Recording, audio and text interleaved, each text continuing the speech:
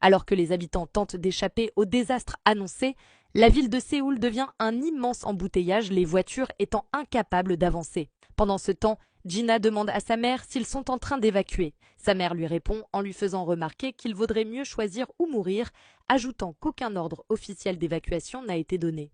Irritée, Gina proteste en affirmant qu'elle est sur le point d'entrer à l'université, qu'elle va enfin pouvoir boire légalement, vivre seule, et que sa vie ne fait que commencer, pas moyen qu'elle meure comme ça. Sa mère acquiesce et lui assure que Jin-woo les protégera tout comme son père les protégeait. Pendant ce temps, Jin-woo est assis sur un toit, plongé dans ses pensées. Il ne parvient pas à les sentir et se demande où diable il se trouve.